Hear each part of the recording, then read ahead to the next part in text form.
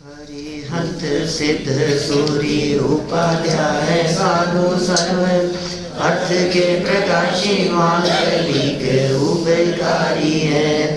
तिनको स्वरूप जाने रागते भई जो भक्ति काय को नवाई स्तुति को उचारी है।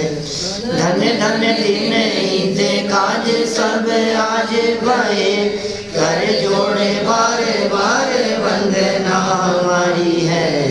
मंगल कल्याण सुख ऐसो हम चाहते हैं। ओ मेरी ऐसी दशा जैसी तुम्हारी है। ओ मेरी ऐसी दशा जैसी तुम्हारी है। ओ मेरी ऐसी दशा जैसी तुम्हारी है। क्षत्र चूड़ामणि नामक यह ग्रंथ संपन्नता की ओर है। जीवंदर कुमार 12 भावनाओं का चिंतन पूर्ण कर चुके हैं और 12 भावनाओं का चिंतन पूर्ण होने के साथ साथ वैराग्य इनके हृदय में और अधिक वृद्धिंगत हो गया है।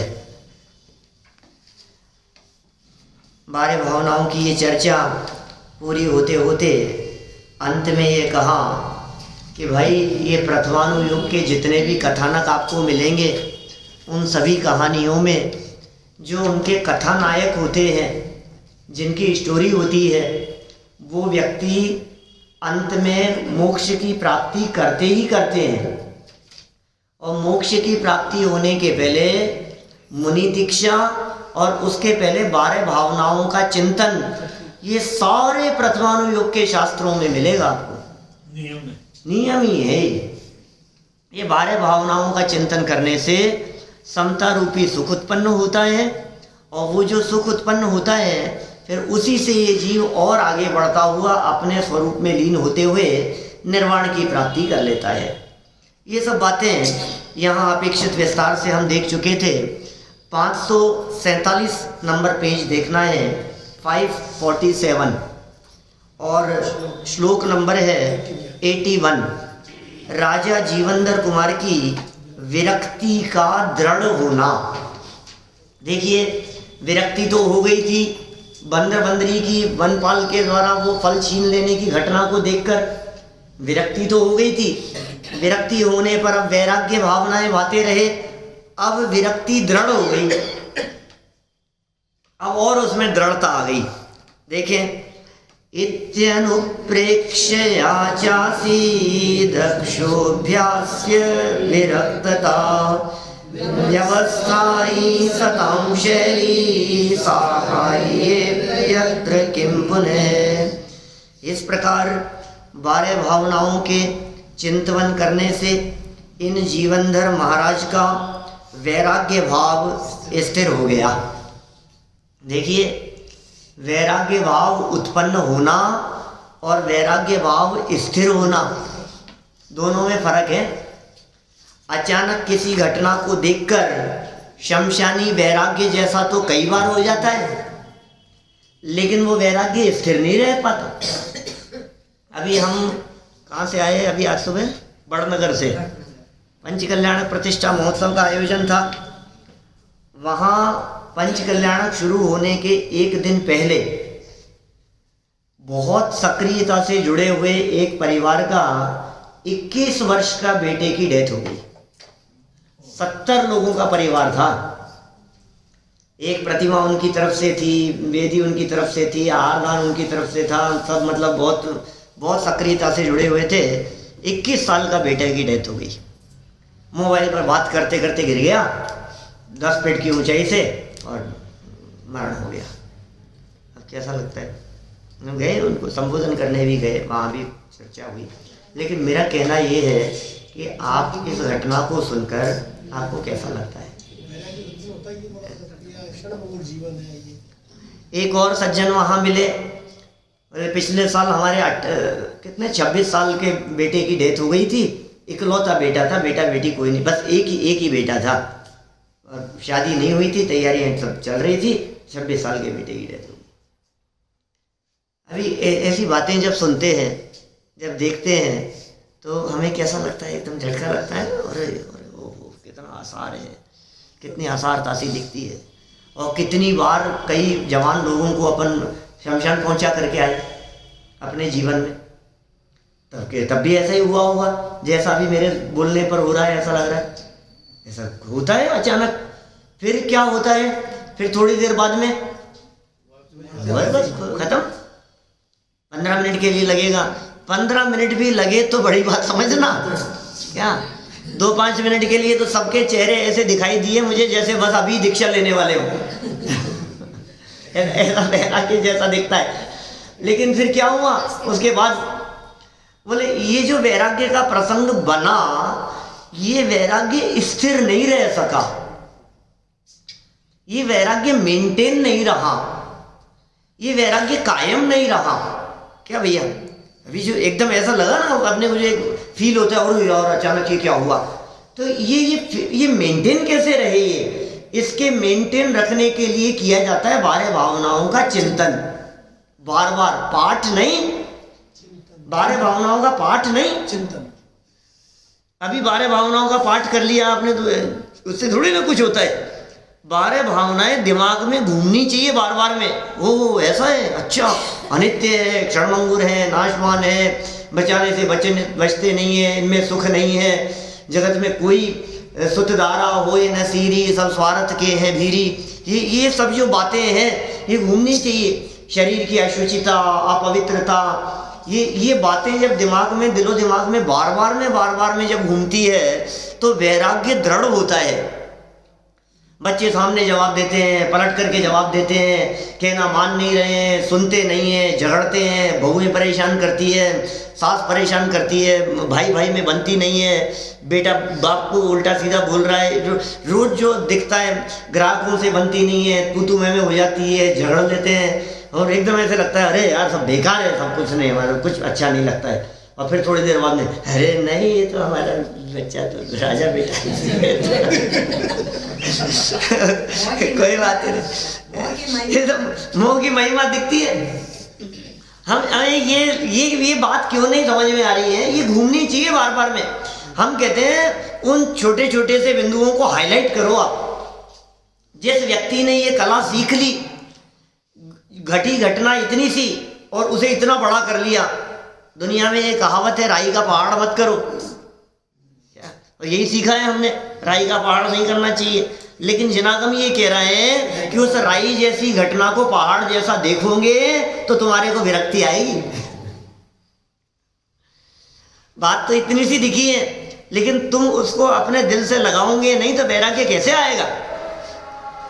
वैराग्य के लिए, विरक्ति के लिए, संयम के लिए, अपने उस वैराग्य भावना को दृढ़ करने के लिए तुम सोचो, गहराई से विचार करो, चिंतन करो। कितना सुंदर वाक्य दे दिया जीवनधर कुमार जो हैं, इस प्रकार 12 भावनाओं के चिंतवन करने से, पढ़ने से नहीं, पाठ से नहीं, चिंतवन करने से इन जीवनधर महाराज का वैराग्य भाव स्थिर हो गया, वैराग्य भाव दृढ़ हो गया, वैराग्य भाव स्थिर हो गया। अब वो वैराग्य भाव मेंटेन रह गया, हमारा मेंटेन नहीं रहता है। 2 घटनाएं अभी मैंने सुनाई, ऐसी घटनाएं सबके परिवारों के अंदर मिलेगी आपको। जवान मौत जिनके घरों में हुई हो, ऐसी घटनाएं सबके घरों में दिखती। मैंने उनके घर में, जब जिनके घर में ये घटना घटी अभी, और उनके घर जब मैं गया तो मैंने कहा कि वो जाता जाता भी सीख दे गया हमारे। बोलो, वो तो चला गया, वो तो निकल गया, अब अपने को कब जाना है? हम तो अमर है, क्यों हमें थोड़ी ना जाना है। जब वो 21-22 की उम्र में जा सकता है तो हमारी तो उससे बहुत ज्यादा हो गई है। क्या राजेश जी सर, बोलो, हमारी तो बहुत ज़्यादा हो गई है उससे, कोई भरोसा नहीं है ना हमारा। मैंने कहा अभी मैं जयपुर पहुंचूंगा कि नहीं पहुंचूंगा इस बात की गारंटी नहीं। और ये शुभ शुभ बोलो, ये शुभ नहीं है तो और क्या है, ये शुभ ही तो है, ये अशुभ बात नहीं है। अपने मरण के बारे में विचार करना ये अशुभ बात नहीं होती है भाई साहब। मरण के बारे में बोलना और चर्चा करना, इसे दुनिया अशुभ कह करके पुकारती है, लेकिन ये चर्चा हमारे को शुभ में लगने के लिए प्रेरित करती है। ये चर्चा हमारे को स्वाध्याय करने के लिए प्रेरित करती है। ये चर्चाएं हमारे को मोक्ष मार्ग में तीव्र उत्कृष्ट रीति से कदम बढ़ाने के लिए बल प्रदान करती है। तो हम इसको अशुभ कैसे कहें? ये तो शुभ बात है। आप कह रहे हो शुभ शुभ बोलो, हम कह रहे हम तो शुभ ही तो बोल रहे हैं। और शुभ क्या होगा? संसारी जीवों का सोच है, संसारी जीवों की सोच है। वो कहते हैं कि अशुभ बात मत करो, मौत की बातें अशुभ मत करो, तो शुभ लगती है ये बात। ये बहुत वैराग्य भाव स्थिर हो गया उनका। देखो नीतिकार क्या कह रहे हैं, निश्चय से सज्जन पुरुषों की किसी कार्य के प्रारंभ करने की प्रवृत्ति व्यवस्थित हो निश्चित हुआ करती है, और यदि इसमें सहायता मिल जाए तो फिर कहना ही क्या है। सज्जन पुरुषों के बारे में बहुत दिन हो गए, इन्होंने अभी तक कोई विशेषार्थ नहीं लिखा था। कितने श्लोक पढ़ लिए थे अपन ने? कोई 50 श्लोक पढ़ लिए, 50 श्लोक पढ़े 12 भावनाओं के। कहीं इन्होंने विशेषार्थ नहीं लिखा कहीं भी, और कोई ऐसी नीतिगत बातें नहीं लिखी। आज आई है ये नीति की बात। किसके बारे में कह रहे हैं? सज्जन कौन है, अच्छा व्यक्ति कौन है, अच्छे बच्चे कौन है, सात्विक अच्छे मनुष्य कौन है, अच्छे गृहस्थ कौन है, अच्छे बिजनेसमैन कौन है, अच्छे व्यापारी कौन है, अच्छे घर में काम करने वाली महिलाएं अच्छी कौन है। सबकी सज्जनता की बात कर रहे हैं। कौन? जो कार्य को शुरू करने की प्रवृत्ति व्यवस्थित रीति से करते हो। अच्छे डोसे किसके द्वारा बनेंगे? व्यवस्थित ढंग से बनाएगा, व्यवस्थित ढंग से बनाएगा, जिसे पता होगा कब उसको भिगोना है, कितने समय भीगना है, कितना उसके अंदर वो 2 चीजें मिलती है ना शायद डोसे में, कुछ दाल चावल 2 चीजें मिलती है, तो कितनी मात्रा में मिलेंगी मतलब एक जब तक आप उसको व्यवस्थित रीति से नहीं करो तब तक अच्छे डोसे नहीं बनेंगे। हलवा भी तभी बनेगा, नहीं तो लैंगटा लापसी जो कुछ भी कहो उसको, आपको ऐसा हो जाएगा। थोड़ा सा लिक्विड ज्यादा हो गया तो वो हलवा, वो चीज नहीं बन पाएगी। व्यवस्थित रीति से काम, घर के काम करने की बात बतलाई, बिजनेस के काम करने में जो व्यक्ति व्यवस्थित रीति से काम करे, ग्राहकों से, क्लाइंट से किस तरह से काम करना है, योजनाबद्ध तरीके से काम करे। मंदिर बनवाना है आपको तो योजना बना करके, मकान बनवाना है आपको तो उसकी प्लानिंग हो, उसकी पूरा व्यवस्थित हो, उसका प्रॉपर नक्शा बने। जैसे पढ़ाई करने वाले हों तो मेरी कितनी प्लानिंग है, कितनी तैयारी है, किस रीति से करना है।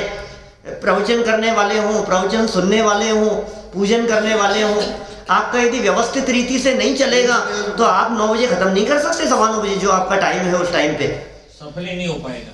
आप भीलवाड़ा चले गए ना अभी बीच में, तो कई वो अंकल नहीं थे इसलिए कोई वैसे ऐसे ही टाइम इतना लग गया हमारे। सब बढ़िया चला नहीं, आप कह रहे थे ना सब दिन लेट हो गए, थोड़ा ज्यादा कर लेता, लेट होगा वो मेंटेन भाई व्यवस्थित। आपको कितना टाइम किस चीज में लगेगा यदि उसका व्यवस्थित पना नहीं है। आप घर से निकले और आपको मंदिर पहुंचना है या किसी जगह पर जाना है और आपको पता नहीं है कि रास्ते में कितना टाइम लगेगा, आप व्यवस्थित समय देख करके रवाना नहीं हो तो आपकी ट्रेन छूट जाएगी, फ्लाइट निकल जाएगी आपकी। माने कैसे कितने बजे शुरू करना है, कितने बजे खत्म करना है, बीच में क्या व्यवधान आएंगे, कितना ट्रैफिक मिलेगा, कितनी जगह रेड लाइट मिलेगी, हर चीज का व्यवस्थित सोच करके चलता है कि नहीं व्यक्ति। हर क्षेत्र में मैंने आपको 2, 5, 10 क्षेत्र बतला दिए अलग अलग, हर क्षेत्र के अंदर लगा लेना ये बात। ये लक्षण इन्होंने यहाँ कह दिए सज्जन पुरुषों के। तो नीति बताइए, नीति है, नीति है, तो नीति है भाई साहब। आपके काम करने की स्टाइल क्या है? अरे कर लेंगे तो बस तू बैठा के तेरे कुछ नहीं हो सकता। कर लेंगे नहीं, तुम सोचो, योजना बनाओ, उसकी प्लानिंग से काम करो। मतलब व्यवस्थित कह करके क्या कहना चाह रहे हैं? कार्य प्रारंभ करने की प्रवृत्ति शुरू करने के पहले ही उसके दिमाग में माइंड मेकअप होता है कि मुझे क्या काम करना है, कैसे करना है, किस पद्धति से करना है, किस विधि से करना है। आपके दिमाग में यदि सेट नहीं हो तो सब्जी अच्छी नहीं बना सकते। उसमें तेल कब डाला जाएगा, मसाला कब डाला जाएगा, जो भी जैसी जो प्रक्रिया जो होती है आगे पीछे कर दो तो गड़बड़ हो जाता है। बोलो, चाय बनाने की भी एक व्यवस्थित पद्धति है ना, ऐसे ऐसे ये इस सीरियल से ये चीज चलेगी। चाय में एक साथ डालते हो बन जाएगी चाय तो। पता नहीं, मुझे नहीं मालूम। करने को वो साधारण काम को और ज्यादा सावधान। हाँ, हर काम में सावधानी चाहिए, सावधानी चाहिए आपको, सोच समझ करके काम करना पड़ेगा। ये कह रहे हैं निश्चय से। अब वाक्य वापस पढ़ो, आज वापस पढ़ना बेटा, वाक्य क्या लिखा है देखो। निश्चय से सज्जन पुरुषों की, सज्जन पुरुष माने अच्छे व्यक्ति। सज्जन पुरुष मतलब क्या लगाना, जो अच्छे हों, जिनके बारे में जगत में ये कहा जाता हो कि भाई ये बहुत अच्छे व्यक्ति, समझदार है, ये समझदार। सज्जन माने समझदार। हर समझदार व्यक्ति उन पुरुषों की किसी कार्य के प्रारंभ करने की प्रवृत्ति व्यवस्थित निश्चित हुआ करती है, और यदि इसमें सहायता मिल जाए उनको व्यवस्थित कार्य करने में तो फिर कहना ही क्या, फिर तो बात ही क्या है। पहले तो माइंड मेकअप था हमारा कैसे करना है, और फिर ऊपर से हमारे को सहयोग करने वाले मिल गए, फिर तो काम इतना जबरदस्त होगा आप कल्पना नहीं कर सकते। बहुत अच्छे ढंग से काम होगा, क्योंकि हेल्प मिल गई है। हमें पता था ये काम करना है और ये काम कैसे करना है, फिर कोई सहयोगी मिल गए, फिर तो बहुत अच्छे। हमें पता है मंदिर के अंदर क्या काम कराना है और कैसे कराना है, और फिर 4 लोगों का साथ मिल गया तो फिर देखो आप कितने अच्छे से काम हो गया। जो भी काम आपको करना है उसमें यदि सपोर्ट मिल जाए तो फिर कहना ही क्या। अब देखते हैं जीवेंद्र कुमार के बारे में। पूर्वोक्त प्रकार से 12 भावनाओं का पुनः पुनः चिंतन मनन, पुनः पुनः बार बार पुनः पुनः साध्य, ये बार बार चिंतन जो होता है ये एक बार पढ़ने का नाम नहीं होता, बार बार रिपीटेशन चाहिए उसको। रिपीटेशन का नाम ही चिंतन है, और वो रिपीटेशन यदि सही दिशा में हो तो चिंतन कहलाता है, और विपरीत दिशा में हो तो चिंता बन जाता है। बार बार पूछ रहे, इसका मतलब चिंता लगी है तुझे। यदि वो गलत दिशा में है और गलत डायरेक्शन में जा रहा है तो बार बार जो तू विचार कह रहा है ना, वो चिंतन नहीं है, वो चिंता है। शंकाशील है वो। तो हमारी चिंता चिंतन में बदले, चिंता नहीं हो, चिंतन हो, व्यवस्थित चिंतन हो। पुनः पुनः चिंतन मनन करने के कारण महान चिंतक राजा जीवेंद्र कुमार का वैराग्य अत्यंत पुष्ट हो गया, क्योंकि महापुरुष अपने स्वीकृत कार्य में सदैव अत्यंत दृढ़ रहते हैं। जिस कार्य को स्वीकृत कर दिया, जिस कार्य की स्वीकृति प्रदान कर ली, जिस कार्य का निर्णय कर लिया करने का, उसमें वे अत्यंत दृढ़ रहते हैं, और कोई सहायक मिलता है तो उनकी दृढ़ता और भी परिपक्व हो जाती है। जितने दृढ़ थे और अधिक दृढ़ हो गए। देखिए विशेषार्थ में क्या कहते हैं, ये चिंतन आगे आगे तक चलता रहता है। हाँ, चिंतन तब तक चलता रहता है। ये वैराग्य का जो चिंतन है ना, ये तब तक चलता रहता है जब तक वो चिंतन टूटकर निर्विकल्प अवस्था नहीं हो जाए। चिंतन का काम तब तक का ही है, मन पावे विश्राम जब तक नहीं हो ना, तब तक चिंतन चलता रहेगा। राजा जीवेंद्र कुमार को बंदरों की घटना ने तो आंदोलित किया ही था। ये तो घटना ने आंदोलित किया था उनको। उनका चित्त एकदम देख करके कैसा लगा, बिल्कुल जैसे उनको बंदरों की घटना ने आंदोलित किया, ऐसे हमारे को इस घटना ने आंदोलित किया वहाँ उस नगर में। और घटना को सुनने के बाद आपके भी चित्त को आंदोलित किया होगा। लेकिन मैंने कहा था ना 15 मिनट तो बहुत ज़्यादा हो गए, सब भूल चुके। बोलो 10 मिनट पुरानी बात हो गई, किसी के भी ध्यान में नहीं है, बात खत्म हो गई। बोलो तो हुआ था, क्या है। अब वो जिसके घर में बीतती है उसे पता लगता है क्या हालत थी। हम बतला नहीं सकते आपको। जिसके पैर में फटी बीमारी वो क्या जाने पीर पर आई। बोलो राजा जीवेंद्र कुमार को बंदरों की घटना ने तो आंदोलित किया ही था, उसके निमित्त से वैराग्य तो अंकुरित हुआ ही था। फिर भी 12 अनुप्रेक्षाओं के पुनः पुनः अनुचिंतन से उनके वैराग्य परिणामों को और भी बल मिल गया, और बल मिल गया उनके उन वैराग्य के परिणामों को। राजा जीवेंद्र कुमार की वैराग्य भावना में वृद्धि। अभी पीछे क्या कहा था, वैराग्य भावना में दृढ़ता, वैराग्य भावना की स्थिरता। अब कह रहे हैं वैराग्य भावना में वृद्धि, और आगे बढ़ाओ, चिंतन को और आगे बढ़ाओ। अब ये जो व्यवस्थित काम किया है इसको और अधिक कैसे व्यवस्थित किया जा सकता है? ये जो हमने तैयार किया है उसको और अधिक तैयार कैसे किया जा सकता है? सात्विक ऐसा ही करते हो ना, कोई सब्जेक्ट तैयार हो गया तुम्हारे को तो तुम क्या करते हो? हो गया तो बस ठीक है। नहीं, ये जो तैयारी हुई है ये निकल नहीं जाए, समझ रहे हो आप? ये जो पार्टी तैयार हुई है ना ये छूट नहीं जाए। तैयार होने के बावजूद भी उसको और अधिक व्यवस्थित करता है, और अधिक दृढ़ करता है, और अधिक मजबूती से काम करता है, माने कहीं इसके अंदर चूक नहीं हो जाए। साध्य जो हमने याद किया है, 12 भावनाओं के नाम याद थे ना, तो वो बार बार दोहराते रहे उसे। 12 भावनाएं जो याद की है, टाइम टू टाइम उसको संभालते रहे। अपन ने बीच में एक बार मोक्ष मार्ग प्रकाशक चलते समय कुछ ऐसा प्रकरण चलता था, तो हमारा कुछ ऐसी चर्चा आ गई थी संभालने की, अपनी अपनी प्रॉपर्टी को संभालते रहो। 2-4 दिन तक अपन ने उसकी चर्चा खूब की थी। क्यों सर? तात्कालिक जो जब जैसी निकलती है बातें, लेकिन वो संभालते रहो उसको। आपने नहीं संभाला वो अपने आप ही।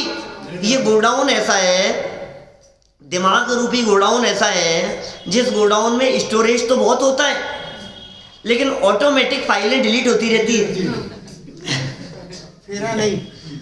तेरा नहीं ना। अरे हमें तो पक्का याद था, हमें तो पक्का याद है कि सुन भाई ये, अरे आपको पता नहीं है साहब ज्ञान की सामर्थ्य।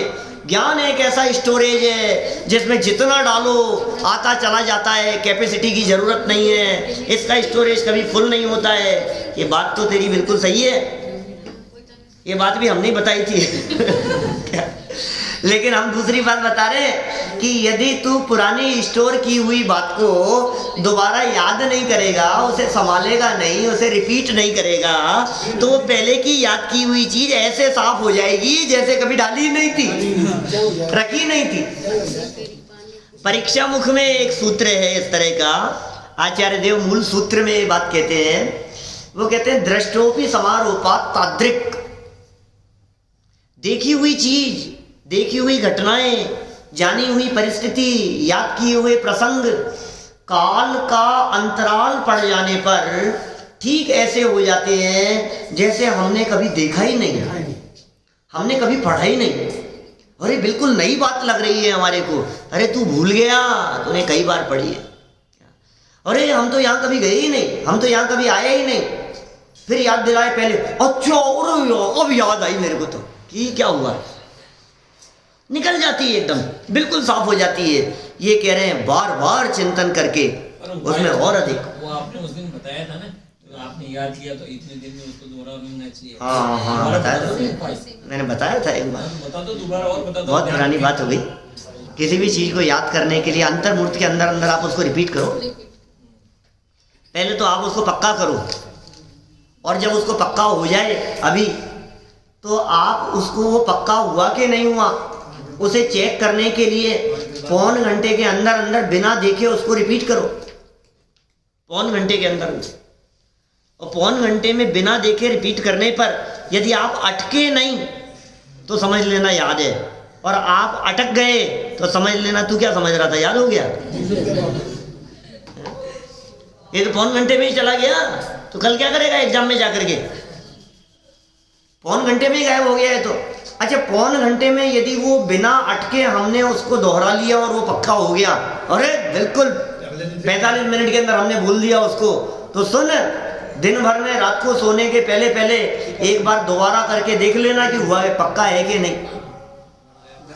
क्या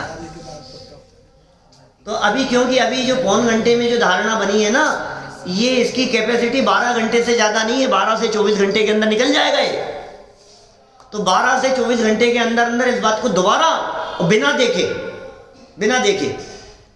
देख करके नहीं, और फिर भी यदि तुम सफल हो गए, हो सकता है कदाचित तुम अटक जाओ, तो फिर समझ लेना कि हुआ नहीं है, अभी दोबारा करो उसको। और यदि आपका वो पक्का रहा 24 घंटे, तो फिर सुनो 7 दिन के अंदर अंदर उसको दोबारा देख लेना। 7 दिन में एक बार वापस रिपीट करना, और 7 दिन में रिपीट करने पर 5-6 दिन निकल गए और तुमने बोला अरे यार निकल गया दिमाग से, तो भैया इसका मतलब समझ ले तो क्या स्थिति है। पक्का कर उसको वापस, और फिर वापस पक्का करने पे प्रक्रिया वहीं से चलेगी पौन घंटे से। क्या अभी हाँ वीकली लेना ही पड़ेगा आपको। और फिर जब आप रोजाना उसका पाठ करते हो, रोजाना बिना देखे बोलते हो, 7 दिन हो गए, तो फिर 5-10 दिन का गैप भी यदि लग जाए तो फिर चल जाएगा, कोई बात नहीं। महीने भर यदि आपने ऐसा उसको पक्का कर लिया तो फिर साल भर की 6 महीने की तो गारंटी हो गई, मान लो आप। फिर धारणा आ जाएगा। हाँ फिर भी 6 महीने, फिर 6 महीने का गैप लगा दिया तुमने तो फिर वही स्थिति हो जाएगी। माने इन चीजों को मेंटेन रखने के लिए कितना मेहनत, कितना परिश्रम करना पड़ता है। विद्वान एव जानाति विद्वज्जन से परिश्रमम नहीं बंध्या विजानाति महति प्रसव वेदना।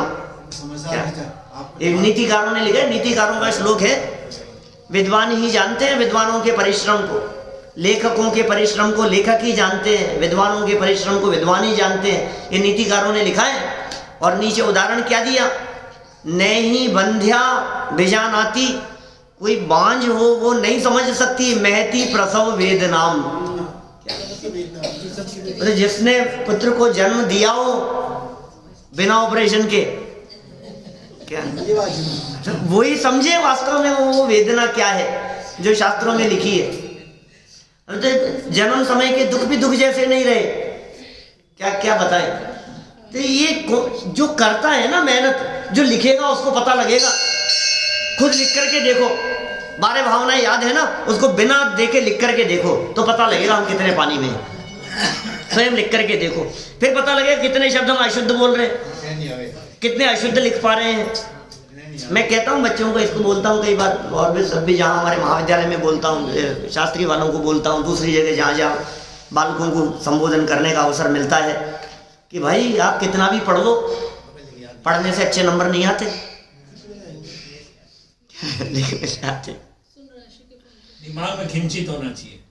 पढ़ने से नहीं आते, दिमाग में खिंचित होने चाहिए। ज्यादा पढ़ने से नहीं आते। सात्विक कितना पढ़ा है ये नंबर देने वाले को पता नहीं कि सात्विक ने कितनी मेहनत की है, तो किससे पता लगता है कि तुमने लिखा क्या है।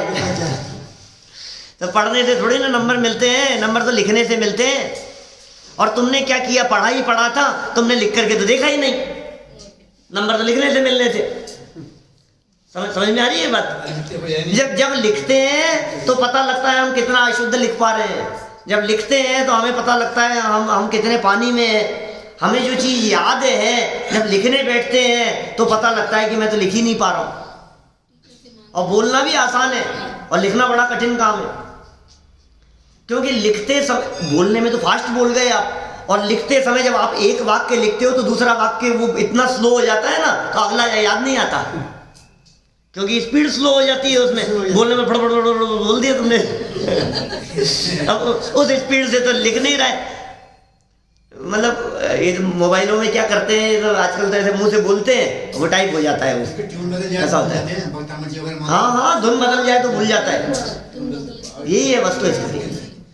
तो बहुत ज्यादा जरूरत है संभालने की। जिस धुन में याद किया और दूसरी धुन आ गई ना, नहीं बोल सकते, किताब नहीं होगी आपके पास, आप बोल नहीं सकते, नहीं बोल पाएंगे। जिस धुन में याद किया है दूसरी धुन में बोलो तो नहीं बोल पाता है। इसलिए याद करने वालों के लिए भी मैं बहुत बार कहता हूँ ये बात, आप जिस चीज को याद करते हैं उस चीज को ज्यादा फड़ याद मत करो, धीरे धीरे गा करके याद करो, नहीं तो फिर आप उसको धीरे बोल नहीं पाओगे। वो कोई मतलब नहीं निकलेगा, उससे प्रयोजन सिद्ध होने वाला नहीं है। आपको लगता है काम निपटा रहा, सब निपटा दिया, अरे तो निपटा दिया, वो सब निपट जाएगा, विशेष लाभ नहीं मिलेगा उसका। ये व्यवस्थित की बात कह रहे हैं यहाँ। तो अब मैंने इतनी बात इसलिए कही है कि बच्चों के तो एग्जाम भी हैं सर पर सबके, और बड़ों के जो आपको तैयार है, जो पाठ आपको याद है, जो स्तुतियाँ आपको याद है, जो आप 15 मिनट अंदर बैठ करके जो वेद प्रवेद याद करते हो, उनको दोहराते रहो। जो आपने बातें याद की है, जो परिभाषाएं याद की है, जो अपन ने बालबोध पाठमाला, वितराग विज्ञान पाठमाला, तत्व ज्ञान पाठमाला, जो अपन ने 1.5 साल लगा करके जो अपन ने यहाँ मेहनत करके वो चलाई, तो इसीलिए थी कि याद हो जाए। लेकिन फिर वही गैप पड़ गया, तो अब दोबारा थोड़ी ना चलानी है उनको। अब तो हो गया बस वो स्टोरेज अपने पास में परमानेंट काम हो गया। हजारों लोग लाभ ले रहे हैं, हजारों लोग।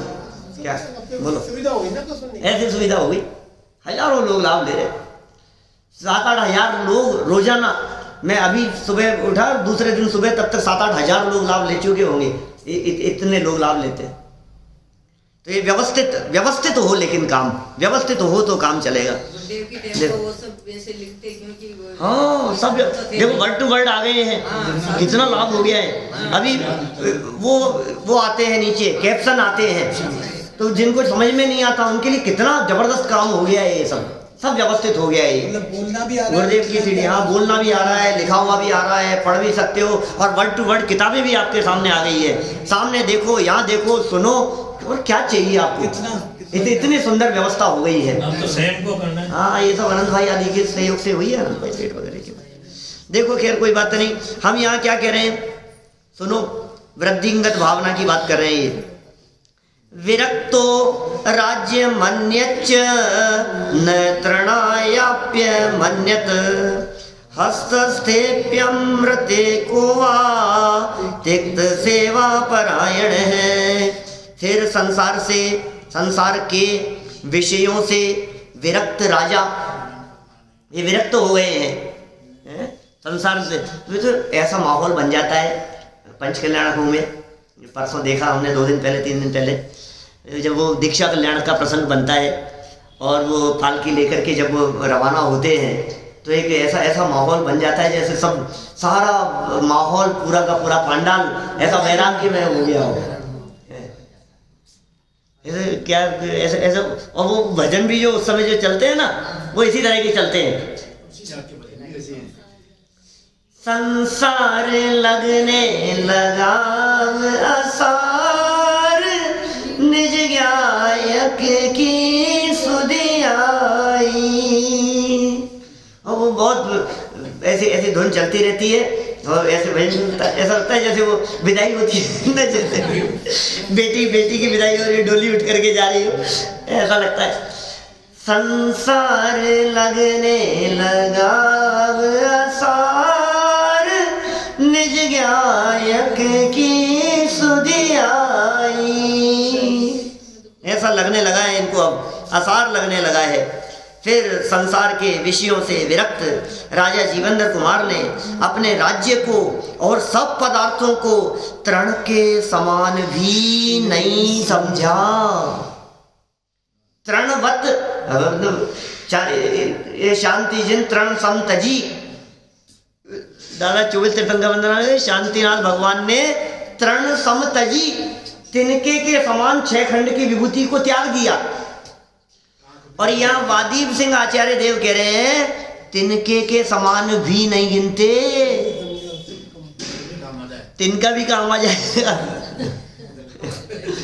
तिनके के समान भी नहीं गिनते, संपत्ति को, सारे राज्य को, संपदा को, वैभव को तृण समान भी नहीं समझा।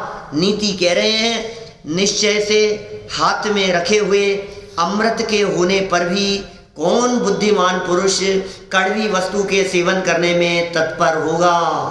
कोई भी नहीं, कोई महामूर्ख ही होगा। क्या उसकी बुद्धि फुर गई होगी, उसकी होनहार भली नहीं होगी, शायद उसके विनाश काल आने का प्रसंग अवसर आ गया होगा। जिसको इधर अमृत दिखाई दे रहा है, जिसको मौका मिल गया है, जिसको चांस मिल गया है, जिसको सारे अवसर, सारे निमित्त आकर के मिल गए हैं, उसके बावजूद भी वो उस अमृत का लाभ नहीं उठावे और क्या करे? क्या लिखा है इन्होंने? कड़वी वस्तु का सेवन। नहीं, मुझे तो इसी में मजा आ रहा है। मुझे तुझे इसमें मजा आ रहा है, तुझे बादाम का हलवा खिला रहे हैं और तुझे उसमें गोलगप्पे में मजा आ रहा है। बोले ये अभी बादाम का हलवा छोड़ करके वो कल वो बतला रहे थे लहसुन की चटनी में। अब बोलो, अब बुद्धि दिमाग फिर जाता है। जो खाते हैं उनको तो बड़ा वो लगता है। बादाम का हलवा छोड़ करके शादी ब्याह में ये होता है, वहीं पे बढ़ती है। छोड़ दिया उन्होंने कहा हम बाद में जब समझ में आई, तो ये उदाहरण दिया उन्होंने, बाद में जब हमारे को समझ में आई तो हमने देखा हम ये बादाम का हलवा छोड़ करके और ये कचरे में लगे थे, गोलगप्पे में उलझे हुए थे, इन खराब चीजों के अंदर उलझे हुए थे। ये जब समझ में आ गई तब जब तक समझ में नहीं आती है तब तक इस जीव को कुछ फील नहीं होता है कि मैं कहाँ अटका हूँ, कहाँ मेरा जीवन बर्बाद हो रहा है, कौन से प्रसंगों में किसकी तुलना में क्या बर्बाद कर रहे हैं। मैंने कई केवल ज्ञान कल्याण के दिन वहाँ मैंने कहा तेरी एक समय की पर्याय की ताकत पता है तुझे? ज्ञान की पर्याय केवल ज्ञान लेकर के उठे, इतनी सामर्थ्य है तो कौन से विषयों को जानने में अपनी केवल ज्ञान पर्याय को बर्बाद कर रहा है। एक एक समय की पर्याय बर्बाद हो रही है, हमारी विषयों की तरफ दौड़ती हुई प्रति समय हमारी पर्याय बर्बाद हो रही है। स्वभाव की तरफ देख करके अतीन्द्रिय आनंद ले सकता है और विषयों की तरफ दौड़ करके खराब हो रही है, हर समय पर्याय उत्पन्न हो रही है और बर्बाद हो रही है। ये कड़वी कड़वी चीज का सेवन करने में मुझे तो इसी में मजा आ रहा है, मुझे तो इसी में मजा आ रहा है। बच्चे को वो कुल्फी चटाओ ना, 6 साल भर का बच्चा, और वो नहीं लेता है, और जो पास में जो हो ना जूते पड़े हो तो जूते लेकर के मुंह में लेता है, उससे छुड़ाओ तो नहीं मुझे तो मजा आ रहा है इसी में। उसकी फीलिंग तो ये होती होगी, मजा आ रहा है इसमें। अरे तुझे मजा नहीं आ रहा, हमें पता है ये क्या चीज है, तू क्या खा रहा है। हम जो खिला रहे हैं उससे तो मुंह पीछे करता है, और ना समझी में तो ये चीज खाता है। लेकिन समझदार व्यक्ति उसे समझाते हैं ना, उसको हटाते हैं, उसको डांटते हैं ना, फिर जाता है और चूना खाने लगता है, फिर जाता है पत्थर खाने लगता है। 1.5 साल का बच्चा घुटनों के बल चलता है, फिर उठा करके खाने लगता है। उसको समझाते हैं ना समझदार लोग, नहीं उससे पूछो तो कहेगा यार ये मुझे मना करते रहते, मुझे कितना अच्छा लग रहा है। ऐसे जनवाणी माँ ये कह रही है कि भाई नहीं आलू नहीं खाना, नहीं ये नहीं खाना, यही मना करते रहते, मेरे को कितना अच्छा लग रहा है। अरे भाई ये तेरे को नुकसान करने वाले हैं, ये तेरा अहित करने वाले हैं, इससे तेरा भविष्य बिगड़ेगा, हमें पता है। इसलिए जनवाणी माँ मना कर रही है ये काम नहीं करना, और कहना मानना पड़ेगा। नहीं मानेगा माँ का कहना तो दुख पाएगा, और क्या होगा बोलो। देखो क्या कह रहे हैं, कड़वी वस्तु का सेवन करे कौन बुद्धिमान। टोडरमल जी के वाक्य बताओ 20 नंबर पेज के, बोलो 20 नंबर पेज पर क्या लिखा टोडरमल जी ने? यही तो लिखा, किसी कोढ़ी व्यक्ति को अमृत पान कराए और वो ना करे, किसी दरिद्री को चिंतामणि रत्न अवलोकन मात्र देवे और वो अवलोकन न करे। 2 उदाहरण दिए। फिर तीसरा कहा इसी प्रकार संसार पीड़ित व्यक्ति को सुगम मोक्ष मार्ग का उपदेश देवे और वो ग्रहण ना करें, तो फिर साहब तुम क्या करोगे? हम क्या कहें, उसके अभाग्य की महिमा तो हमसे अभागा है। सुगम मार्ग बतला रहे हैं, सरल मार्ग बतला रहे हैं, उसके भले के लिए मार्ग बतला रहे हैं, अच्छा रास्ता बतला रहे हैं। ये आचार्य देव कह रहे हैं अमृत है हाथ में, अमृत अमृत हाथ में है, और कह रहे नहीं मैं तो कड़वी चीज ही खाऊंगा, मैं तो जहर ही पीऊंगा। तेरी होनारी खोटी का हम क्या करें बता। उसके अभाग्य की महिमा हमसे नहीं कही जा सकती, कोई नहीं। कौन? अब ये तो कह रहे हैं, देखो ये टोडरमल जी ने तो कहा ऐसा करता है व्यक्ति और उसके अभाग्य की महिमा नहीं कही जा सकती। वादीप सिंह आचार्य तो इस बात के लिए तैयार ही नहीं है। वादीप सिंह आचार्य तो ये कह रहे हैं कि कोई हो ही नहीं सकता ऐसा जो ऐसा करेगा, मैं मान ही नहीं सकता कि कोई ऐसा हो। जब अमृत छोड़ करके कड़वी वस्तु हो ही नहीं सकता, असंभव है। आप फालतू की बातें कर रहे हो, ऐसा दुनिया में कोई हो ही नहीं सकता है, ऐसा कोई नहीं मिलेगा आपको इस प्रकार का आदमी। ये कह रहे हैं यहाँ पे कड़वी वस्तु के सेवन करने में तत्पर होगा। कौन बुद्धिमान पुरुष कड़वी वस्तु के सेवन करने में तत्पर होगा? और जवाब क्या दिया? कोई नहीं होगा, कोई भी नहीं होगा। बुद्धिमान लगा दिया ना, ऊपर बुद्धिमान लगा दिया। पुरुष होता है ना, बुद्धिमान लगा दिया, सही बात है। चलिए सरल अर्थ देखिए, पूरा करें अपन बात को। संसार से उदासीन होने के कारण राजा जीवंदर कुमार राज्य को और अन्य भोग्य पदार्थों को तृण के समान तुच्छ समझने लगे। ऐसा समझने लगे ये तिनके के समान तुच्छ हैं ये सारे पदार्थ। ठीक ही है, क्योंकि हाथ में अमृत आ जाने पर कड़वी वस्तु के सेवन की चाह कोई भी नहीं करता है, कोई नहीं करता है। नए अच्छे वस्त्र मिल जाने के पश्चात फटे कपड़े कोई नहीं पहनता है। अच्छा नया मोबाइल हाथ में आ जाने के बाद 4 साल पुराना टूटा हुआ स्क्रैच पड़ा हुआ हैंग होता हुआ काम नहीं आते हुए उस मोबाइल को कोई नहीं चलाता है। क्या हो सकता है आप उसे किसी को देो नहीं, काम आएगा, काम आएगा क्या, लेकिन कभी काम नहीं आएगा वो। क्या उसको कौन उपयोग लेवे? अब उनको कौन काम में लेवे। नई वस्तु के मिल जाने पर, अच्छी वस्तु के मिल जाने पर, उत्तम वस्तु के मिल जाने पर हीन वस्तु का सेवन कोई व्यक्ति नहीं करता है। ऐसा ही जगत का स्वरूप है।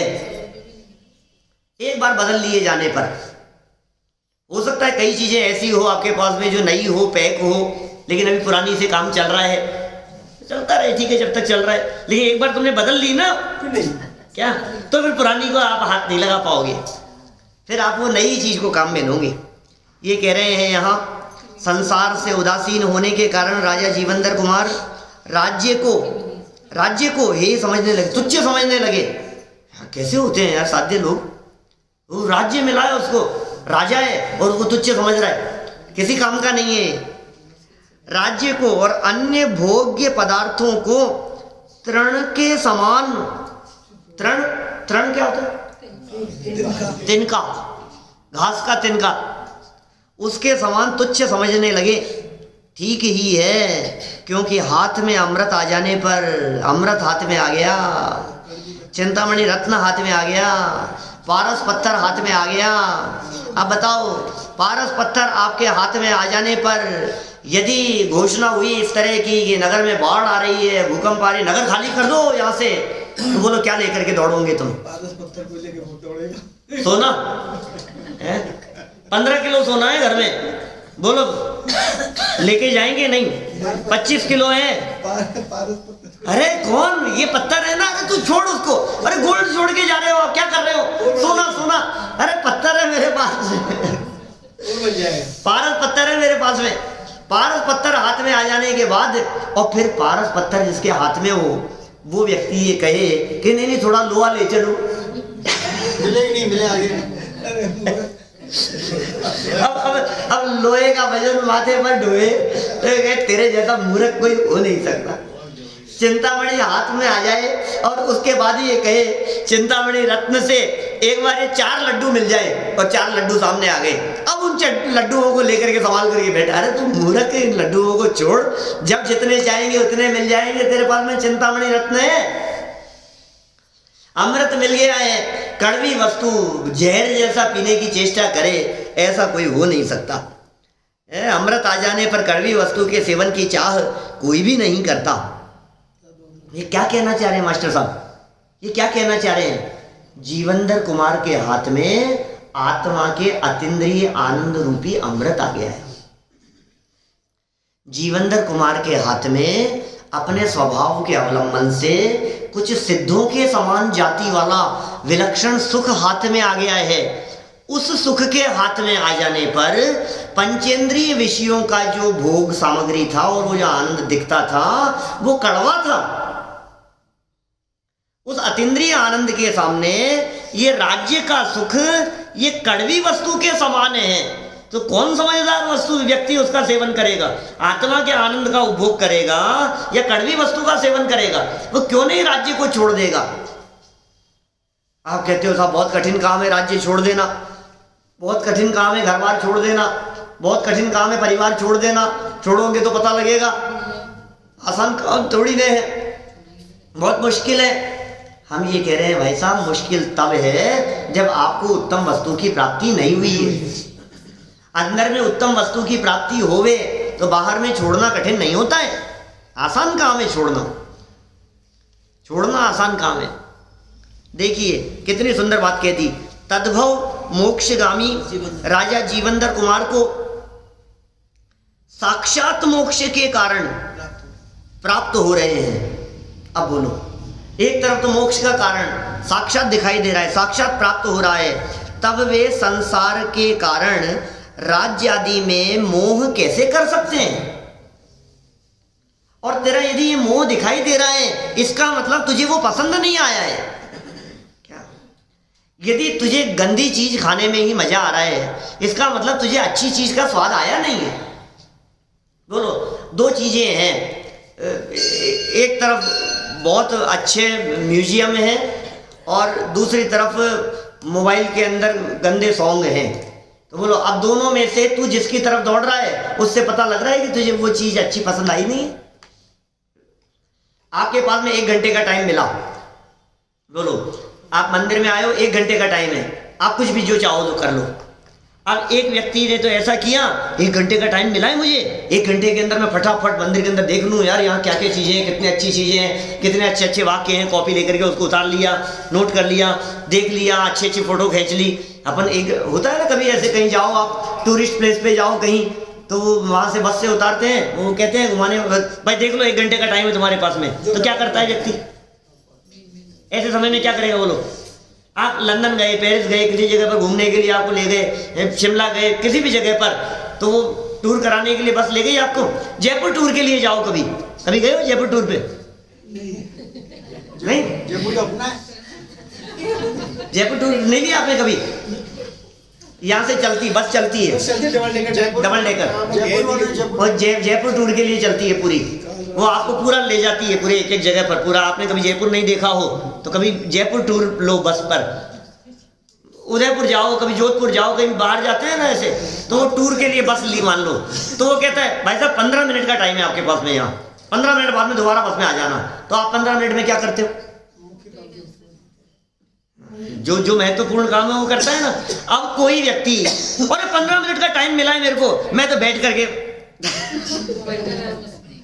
मोबाइल में थोड़ी गेम खेल लेता हूँ, भूल के 15 मिनट का जो टाइम मिला है, इसका मतलब ये है कि तुझे देखने में रस नहीं है। इसका मतलब ये है तू जिस चीज के लिए आया है उसकी वैल्यू समझ में नहीं आ रही है। तुझे यदि इन दोनों चीजों में उसकी वैल्यू समझ में आ जाए तो तू ये काम करता हुआ दिखाई नहीं दे सकता है जो तू काम वर्तमान में कर रहा है।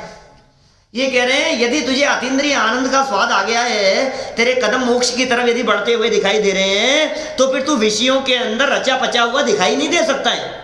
राज्य पर अरे दो काम हुए एक साथ, विषय भोग भी चलते रहे और आत्मा का अतीन्द्रिय आनंद भी चलता रहे, ये 2 काम एक साथ नहीं होते भाई साहब, दोनों काम एक साथ नहीं होते। जीवनधर कुमार को क्या मिल गया है? मोक्ष मार्ग मिल गया है। मोक्ष के कारण वो सहायक सामग्री मिल गई है।